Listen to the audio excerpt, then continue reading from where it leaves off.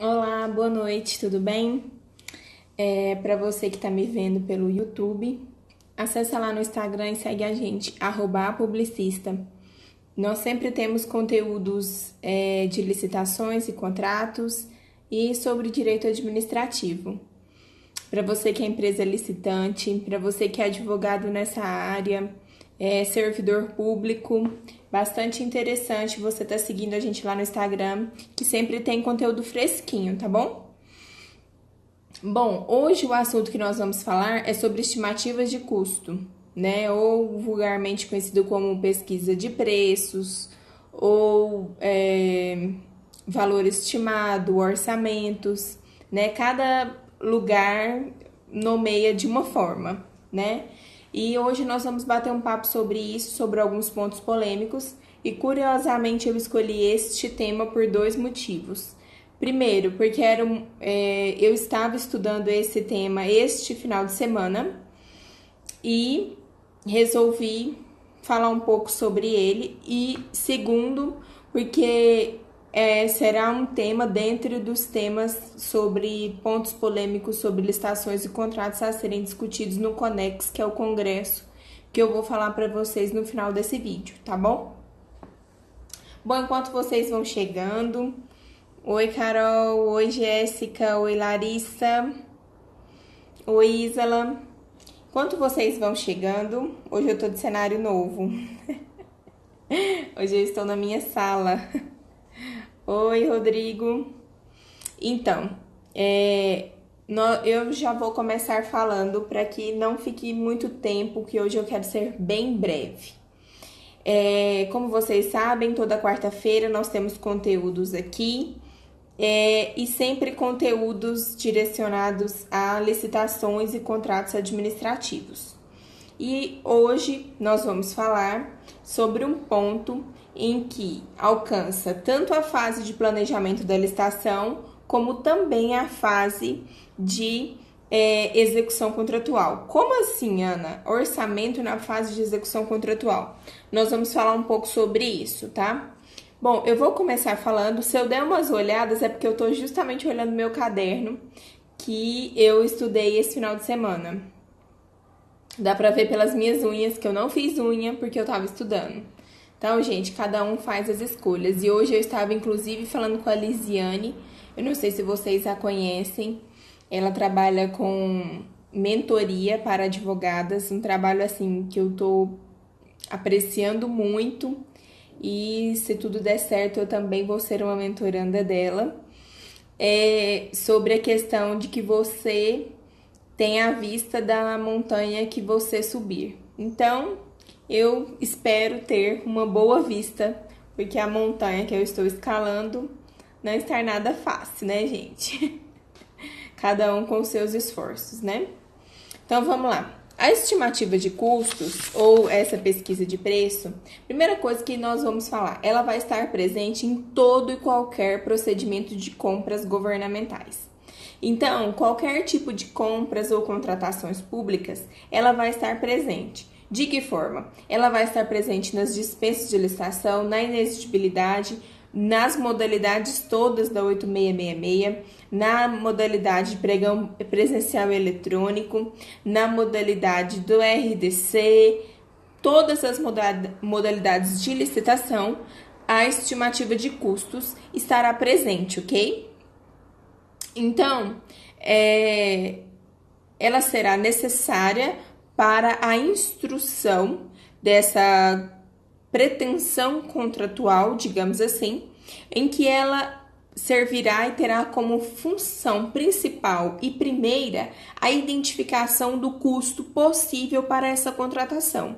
Como assim, Ana? Nós temos lá as leis orçamentárias, as quais eu não vou descrever aqui, mas vale a pena, se você trabalha com direito público, dá uma pesquisada, dá uma estudada nessa questão das leis orçamentárias, contabilidade pública, e previsto lá, você obrigatoriamente tem que ter uma declaração orçamentária de que tem dentro daquelas fichas, daquela dotação orçamentária, orçamento previsto para aquele tipo de contratação.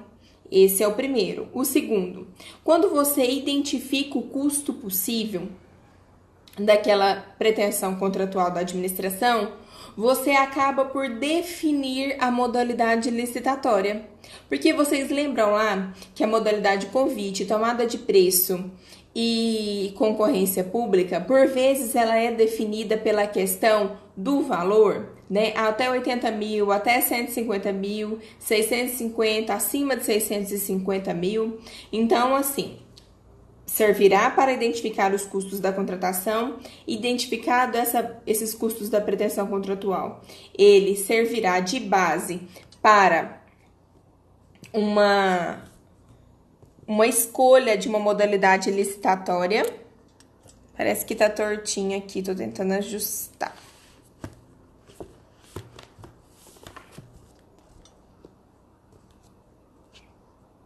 Acho que agora ficou melhor. Dito isso, ela servirá e terá outras funções também. Então, essa estimativa de custo terá, dentre outras funções, avaliar a proposta do pretenso fornecedor. Como assim? Na dispensa de licitação e dentre outras modalidades de licitação também, ela servirá para selecionar ali se a proposta do fornecedor está dentro ou não daquele parâmetro. Então, tendo a estimativa de custos, eu vou poder ter este parâmetro para a contratação, tá ok? E vou colocar isso como critério no edital, que é o que a gente vai falar adiante. Outra questão é analisar e avaliar a vantajosidade da prospecção de um termo aditivo. Como assim? É o que eu havia dito. A estimativa de custos, ela estará presente em todas as fases, né? Então, ela estará presente na fase de planejamento para avaliar e estimar estes custos, analisar se eu tenho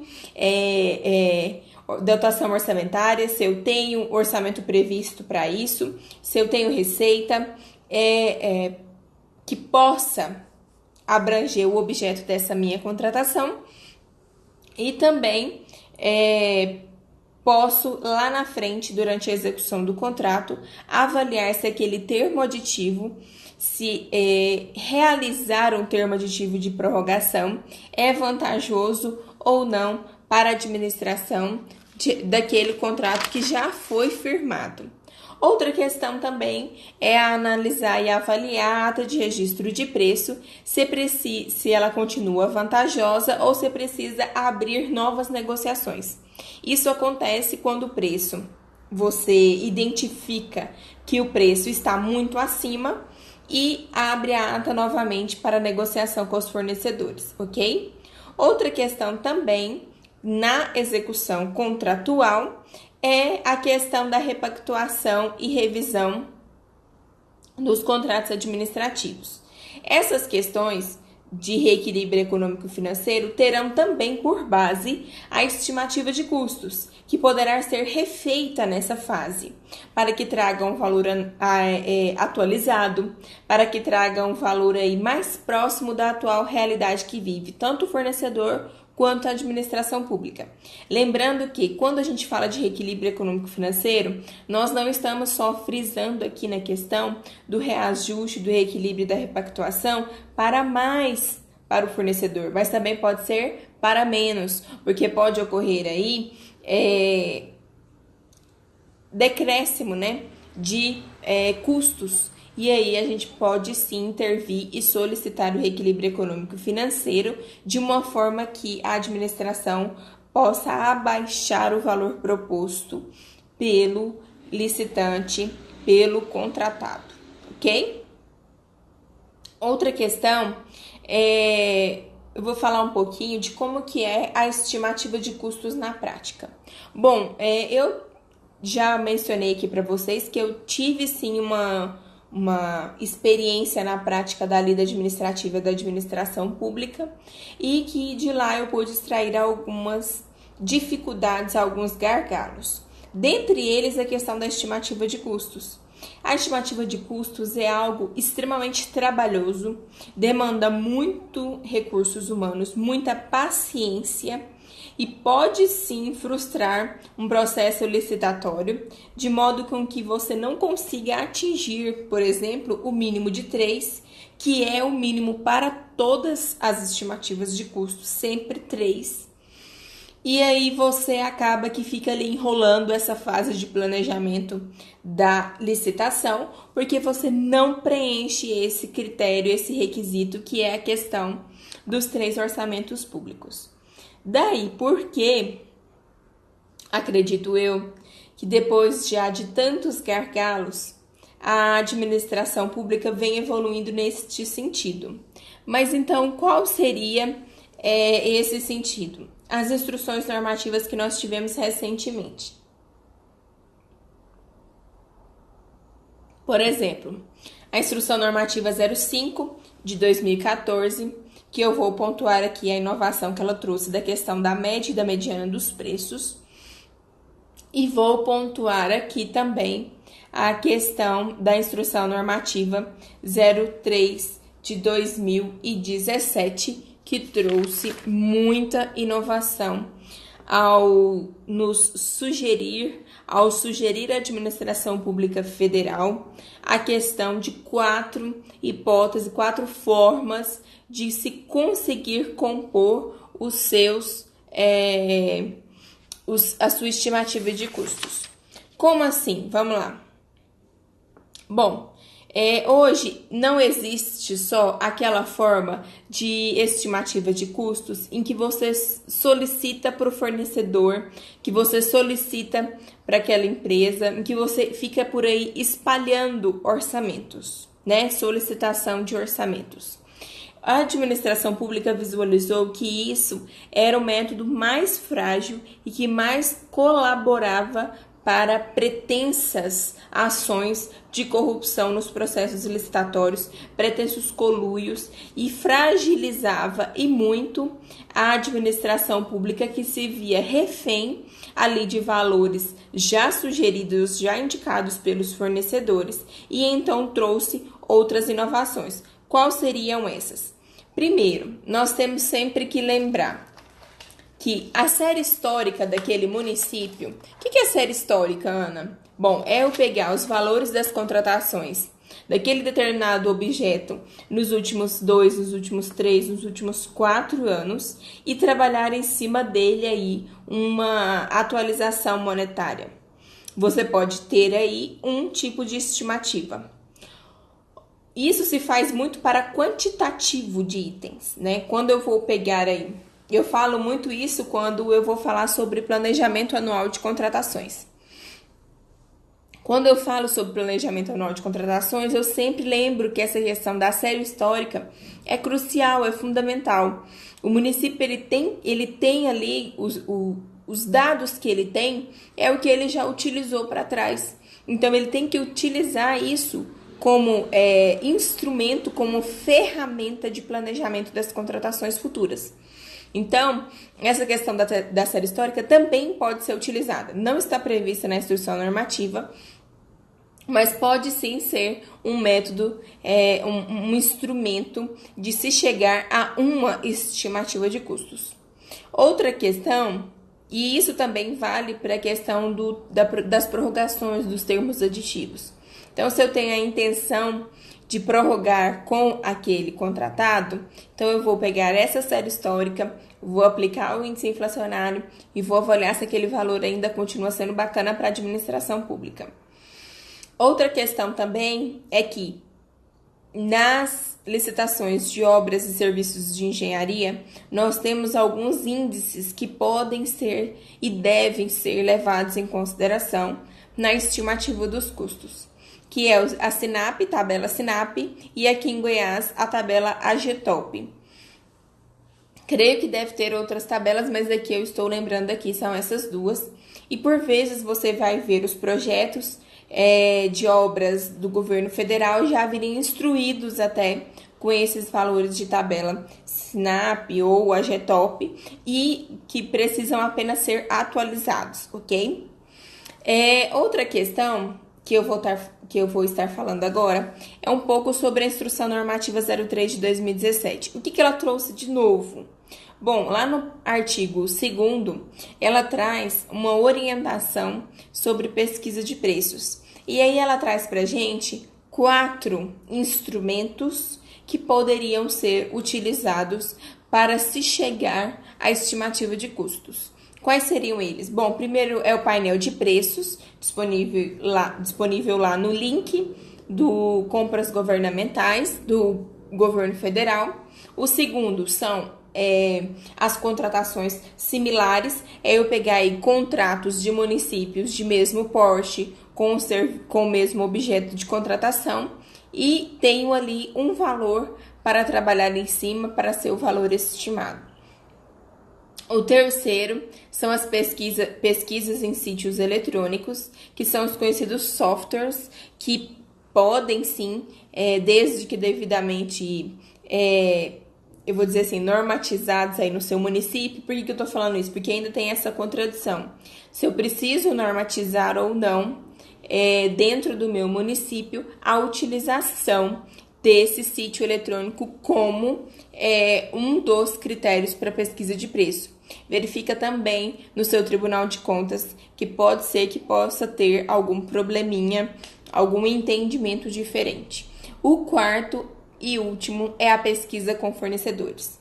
Então, você vê daqui que a administração pública está cada vez mais se atualizando e se aproximando da realidade que nós nos encontramos e distanciando aí, talvez, essa questão da pesquisa de preços diretamente com os pretensos fornecedores, ok? Daí porque ela nos trouxe esses novos, vamos dizer assim, ou novos instrumentos de pesquisa de preço. Ana, posso utilizar isso de forma isolada ou combinada? Bom, primeira coisa é como utilizar esses instrumentos. Porque se você está falando comigo de um município ou se você está falando comigo de um estado, primeira coisa é analisar como está isso no seu nível de poder de ente federado. Por quê? Porque essa instrução ela foi feita pelo Ministério do Planejamento, mas orientando para a administração pública federal e seus órgãos. Como que fica a questão nos estados e nos municípios? Bem, pretende e pode ser normatizada, como a gente já bem disse na questão das competências sobre licitações e contratos. Porém, nós sabemos também que podemos nos utilizar das instruções dos decretos federais pelo princípio da simetria. Então, em que pese não seja hierárquico para os municípios, por exemplo, nós podemos sim se utilizar de acordo com o princípio da simetria. Dito isso, volto a dizer como utilizar. Bem, poderá ser utilizado de forma isolada, por exemplo, eu posso pegar só o critério de contratações similares e trabalhar em cima dele, ou eu posso pegar qualquer um dos 4 ou um de cada e isso formar a minha estimativa de custos. A Priscila está dizendo que a conexão não está muito boa. Vocês estão tendo problemas para me ver? Se tiver, comenta aqui. Vou continuar falando, tá? Me perdi.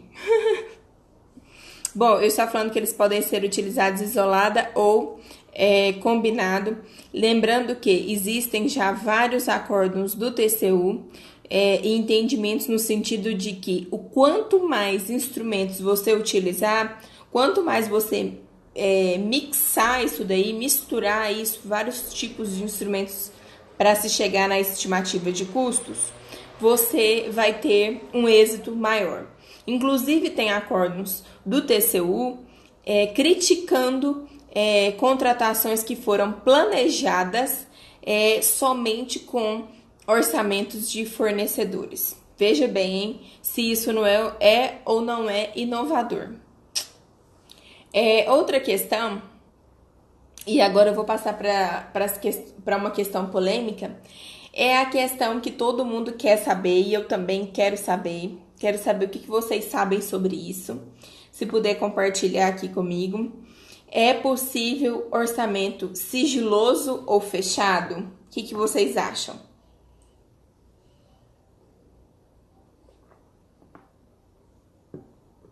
Ah, sim, vocês estão me vendo, ok. Obrigada. Hoje eu acho que eu estou utilizando dados móveis, talvez por isso.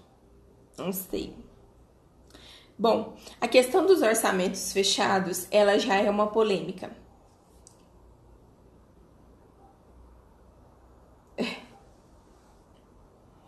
É, Priscila, eu sei que você, assim, tem renome até. Eu me sinto lisonjeada de você estar aqui. Quem não conhece a Priscila Mendes trabalha já há muitos anos nessa área.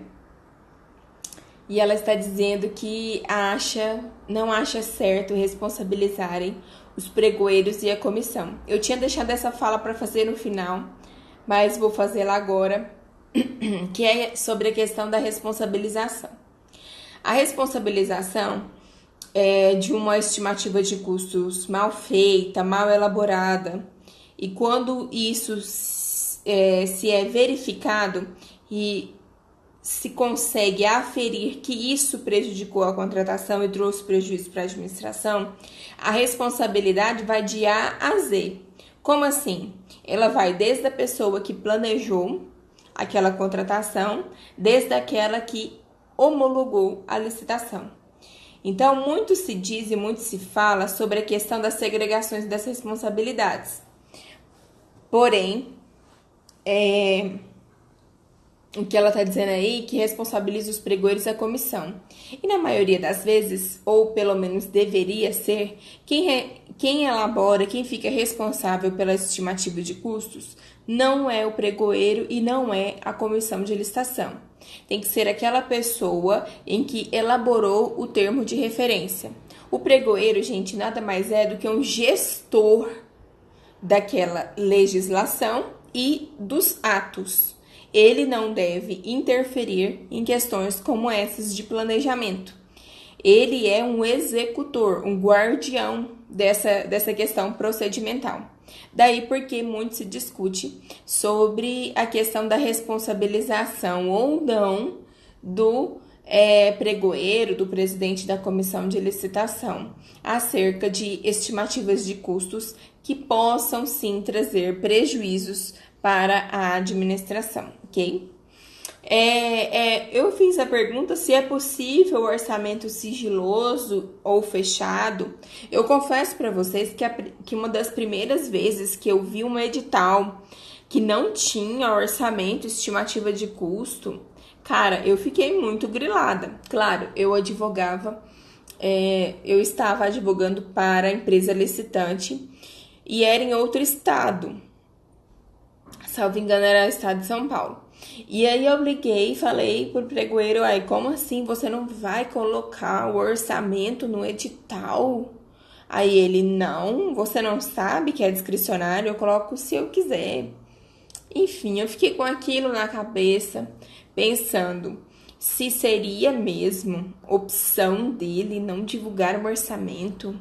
Mas então, tudo que eu havia lido sobre orçamento público, como assim? Aí ele só falou isso e ele foi tão arrogante, porque assim, quando eu me deparo com a situação, assim, que eu não tenho experiência com aquilo, ou nunca vi aquilo na minha vida, eu sempre procuro primeiro ouvir, porque aí eu aprendo, né? Procuro ouvir, porque aí daquilo ali eu posso estar aprendendo, mas o cara não estava disposto nem a me explicar. E aí nisso eu acabei nem sabendo da boca dele como que é que se deu essa questão do sigilo e dessa discricionariedade do sigilo. Mas vamos lá então, vamos pegar de A a B então. É possível orçamento sigiloso? Não é possível orçamento sigiloso segundo a Lei 8666. Se você for pegar alguma modalidade dessas que estão previstas na Lei 8666 e houver o que aconteceu comigo, do senhorzinho dizer que era opção dele, não é.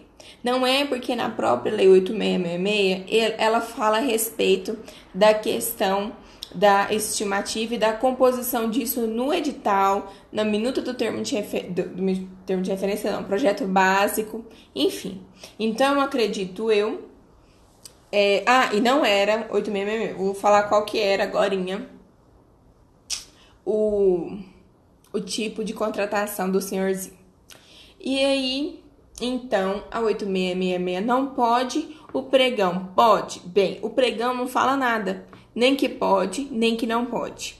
Mas ele tá para mais que não pode, né?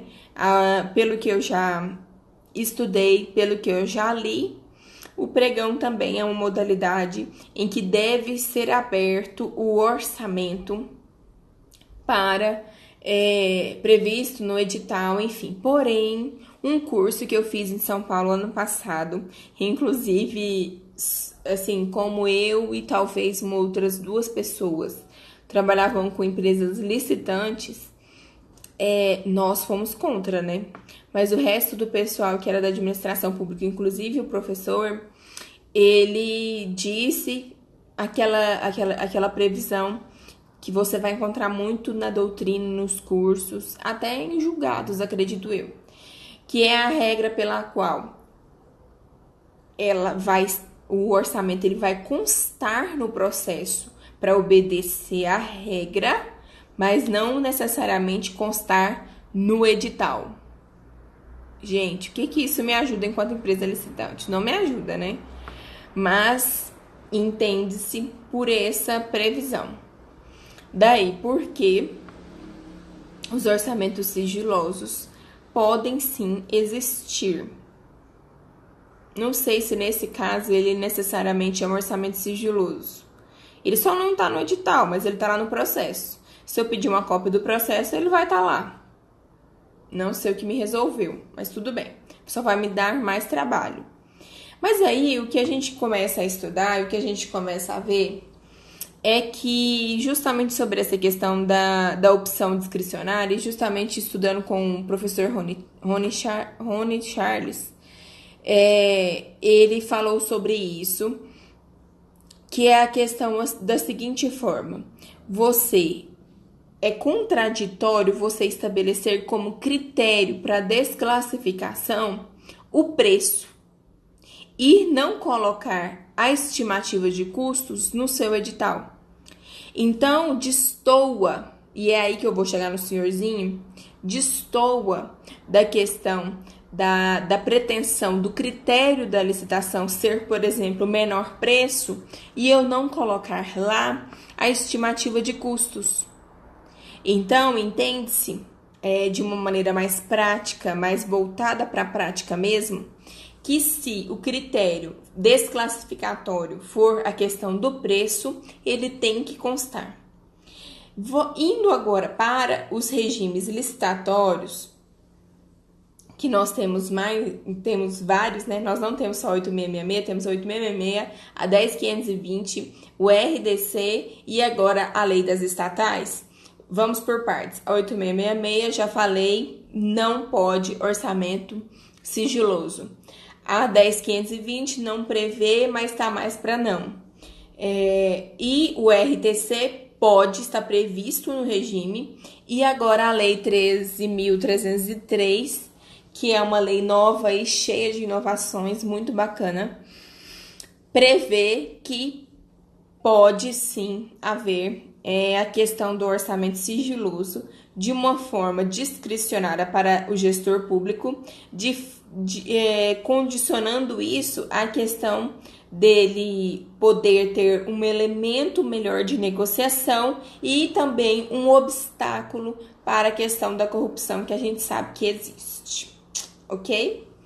Outra questão, eu já falei da questão das restrições, né?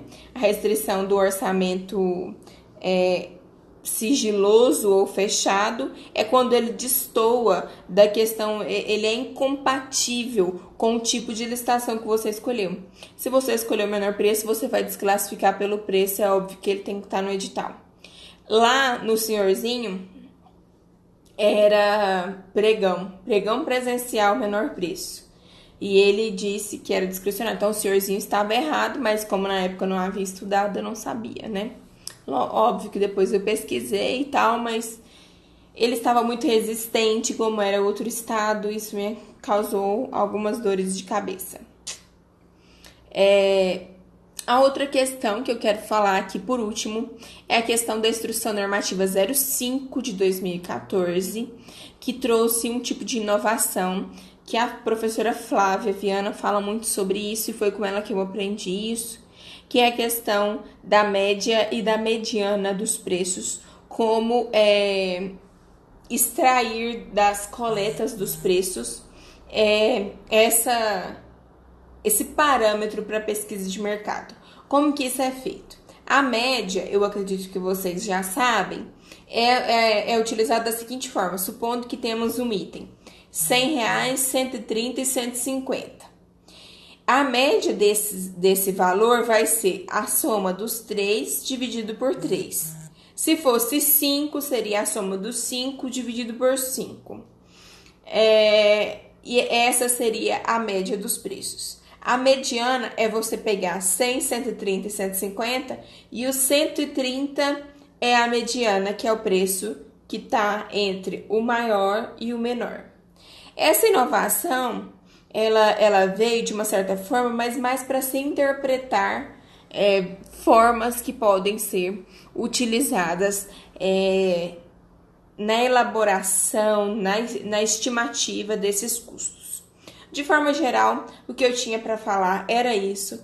Nós poderíamos discutir aqui muito ainda sobre estimativa de custos e dos impactos que ele traz tanto para a fase de planejamento, quanto para a fase do certame, quanto para a fase da execução contratual.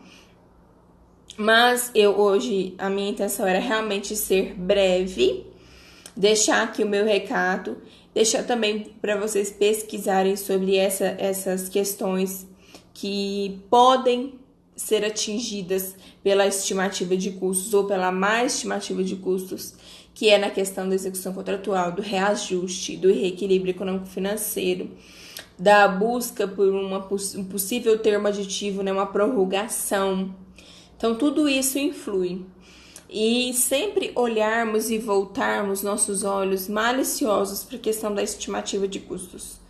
E nos atentarmos para essas inovações de entendimentos que estão surgindo, né, nos tribunais, nos órgãos de controle. O Tribunal de Contas tem muita novidade. Se você quiser, é só me mandar um direct no Instagram que eu respondo com um monte de acórdãos cheios de novidade para vocês. Por hoje é só. Realmente a minha intenção hoje era ser bem breve. Eu espero que você tenha usufruído desse pouquinho de conhecimento que eu partilhei aqui com vocês. Se tiver alguma dúvida, manda direct e a gente responde, pesquisa, reflete junto. Vamos atrás dessa busca dessa resposta, pode ser?